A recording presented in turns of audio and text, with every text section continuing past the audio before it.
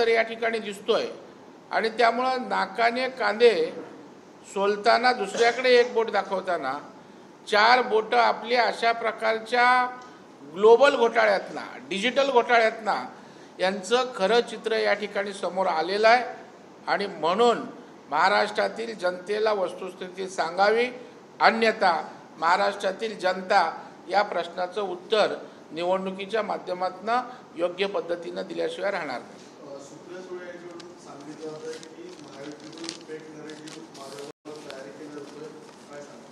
Fake नॅरेटिव्हचे बादशाह कोण आहे ते लोकसभेच्या निवडणुकीमध्ये आपण पाहिलं आणि आम्ही त्या फेक नॅरेटिव्हला यावेळेला जबरदस्त पद्धतीनं प्रतिकार केला किंवा परास्त केलं किंवा त्यांचे फेक नॅरेटिव्ह आम्ही इस्टॅब्लिश होऊन दिले नाहीत आणि त्याच्यामुळं प्रचार संपेपर्यंत प्रत्येक गोष्ट खोटी त्या ठिकाणी पसरवण्याचा प्रयत्न केला। परंतु आम्ही यावेळेला सजग होतो, सोशल मीडियात होतो, सभांच्या माध्यमातून आमच्या नेत्यांनी सांगितलं आणि त्याचबरोबर मीडियाच्या मार्फत सुद्धा त्यांना फेक नॅरेटिव्ह सेट करता आले नाही, आम्ही खोडून काढले आणि त्याच्यामुळे फेक नॅरेटिव्ह हा त्यांचा धंदा आहे।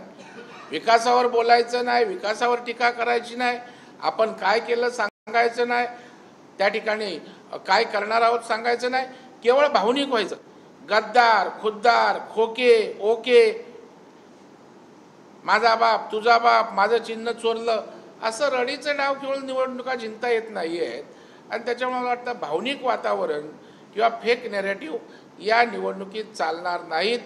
या निवडणुकीत विकासावर निवडणूक होईल, गरिबांच्या कल्याणासाठी मोदी साहेबांनी ज्या योजना केल्या, जो केंद्राच्या माध्यमातून महाराष्ट्राला ताकद मिळाली, 2 वर्षाच्या कालावधीमध्ये जे देवेंद्रजी, एकनाथरावजी आणि अजितदादांनी गतीनं शासन चालवलं ते शासन सरकार पुन्हा या ठिकाणी महाराष्ट्रातील जनता आणेल।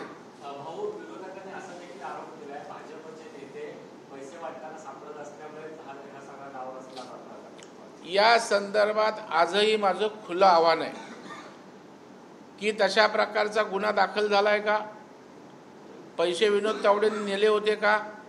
आता निवडणूक आयोग आणि पोलीस यंत्रणा त्याचा तपास करतायत, त्याच्यामुळं काही अशा प्रकारची गोष्ट घडलेली नाही। त्याच्यामुळं आता त्या विषयावरच कसं असतं, एखादी मॅच हरायला आलो की शेवटचा ओव्हर असेल आणि जर 20-25 रन्स पाहिजे असेल तर चौकार षटकार मारल्याशिवाय काही होत नाही। त्याच्यामुळे त्यांचं निवडणूक प्रचार संपेपर्यंत काहीच त्यांना नॅरेटिव्ह सेट करता आला नाही, काही जनतेच्या मनामध्ये संभ्रम निर्माण करता आला नाही। त्याच्यामुळं या विषयाचा तरी आपल्याला त्या ठिकाणी गवगवा करून काही आपल्या हातास लागतंय का असा केविलवाना प्रयत्न आहे। त्यांना आपण पराभव होतोय हे समोर दिसतंय। महायुतीच्या मागे राज्यातला जनाधार उभा राहिलाय। माझ्या लाडक्या बहिणी, लाडके भाऊ, शेतकरी, कामगार, गरीब घटक सगळ्यांसाठी सरकारने केले, सरकारवर त्यांचा विश्वास आहे आणि विकास ज्या गतीनं होतोय ते गतीचं प्रगतीचं सरकार आहे। त्यामुळे स्थगिती देणाऱ्या सरकारला लोक त्यांना घरीच बसवतील। सोलापूरमध्ये मतदानाच्या काही तासांनीच खासदार प्रणिती शिंदे यांनी उद्धव ठाकरेंच्या उमेदवाराचा पाठिंबा काढून घेतला आणि अपक्ष उमेदवाराला पाठिंबा देत त्यांना विजयी करण्याचं आवाहन। हे एक प्रकरण आपल्या समोर आलं। महाविकास आघाडीमध्ये प्रत्येक मतदारसंघामध्ये पाडापाडी त्या ठिकाणी होते। आपल्या सोयीच्या उमेदवारांना निवडून आणण्याचे प्रयत्न महाविकास आघाडीमध्ये होत आहेत आणि त्याच्यामुळं त्यांचे पाडायला आम्ही नको, आपापसातच ते पाडापाडी करून ते 100च्या आत सगळे निपटणार आहेत। नाही, निश्चितपणे त्यांचे उमेदवार कमी होणं पडणं त्याचा फायदा महायुतीलाच होणार।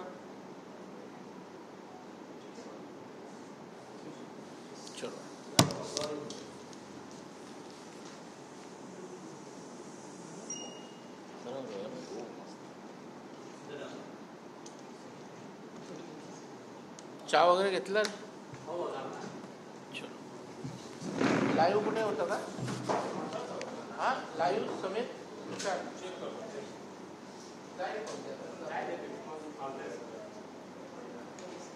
चला।